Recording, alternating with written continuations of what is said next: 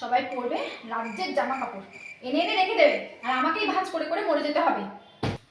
ও মা, এসেছে আমাকে জ্বালাতে। কি আছে? ও মা, একটা শাড়ি নেবো তোমার আলমারি থেকে। কি করবি তুই শাড়ি নিয়ে? বান্ধবীদের সাথে ঘুরতে যাব, একটা শাড়ি নি না নি না। আর ঢং দেখাতে হবে না, সারাদিন কাজ করে করে মরে যাই। আলমারি আমি অনেক কষ্ট করে গুছিয়েছি। শাড়ি নিবি একটাই শর্তে, যদি একটা শাড়ির জায়গায় দুটো শাড়ি পরে না, তাহলে তুই বুঝতেই পারছিস কি হবে। জানিয়ে নে। এই তো কি করছিস? ডিস্টার্ব করিস না, মা বলেছে একটা শাড়ির পরে যদি দুটো শাড়ি বেরোয় তাহলে আমার হয়েছে। लेकिन एक सेकंड